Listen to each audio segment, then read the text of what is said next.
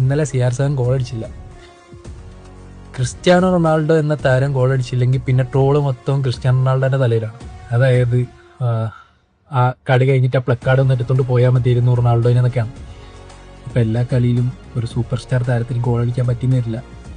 നമ്മൾ കളി തോൽക്കുമ്പം ഒരു ടീമിൻ്റെ അതിലേതാണോ സൂപ്പർ സ്റ്റാർ പ്ലെയർ ഉള്ളത് ആ പ്ലെയർ കളിച്ചില്ല അല്ലെങ്കിൽ ആ പ്ലെയർ ഗോൾ അടിച്ചില്ല എന്നുള്ള രീതിയിലുള്ള ട്രോളുകളാണ് കൂടുതൽ വരിക. ഇന്നലെ ശരിക്കും തോറ്റിട്ടൊന്നുമില്ല, സമനിലയാണ് കളി അവസാനിച്ചത്. എന്നാലും ഫാൻസിന് ക്രിസ്ത്യാനോ ഗോൾ അടിച്ചില്ല, അതേപോലെ എതിർ ഫാൻസിന് ഒന്ന് കളിയാക്കാനുള്ളതായി ക്രിസ്ത്യാനോ ഗോൾ അടിച്ചില്ല, കളി തോറ്റിട്ട് പോലുമില്ല. അതാണ് ഇവിടുത്തെ കോമഡി. ബ്രൂണോയിലേക്ക് കട്ട് പാസ് കൊടുത്ത ആ ബോൾ ക്രിസ്ത്യാനോ അറ്റംപ്റ്റ് ചെയ്ത് അത് ഗോളായില്ല. സപ്പോസ് അത് ഗോളായിരുന്നെങ്കിൽ ഇതിങ്ങനെയൊന്നും ആവില്ലായിരുന്നു. ഇപ്പോൾ പോർച്ചുഗൽ ഫാൻസിനോട് ചോദിച്ചാൽ തന്നെ അവർ പറയുന്നത് ടീം ജയിക്കുന്നതിനെക്കാട്ടി ഉപരി അവർ പറയാ ഇപ്പോൾ ക്രിസ്ത്യാനോ ഒരു ഗോൾ അടിച്ചിരുന്നല്ലേ, ക്രിസ്ത്യാനോ ഒരു ഹാട്രിക് അടിച്ച് ജയിച്ചിരുന്നെങ്കിൽ അടിപൊളിയായനെ, അവർക്ക് കുറച്ചുകൂടി സെലിബ്രേഷൻ കുറച്ചുകൂടി അടിപൊളിയാക്കാൻ ക്രിസ്ത്യാനോ എന്തായാലും ഗോൾ അടിക്കണം.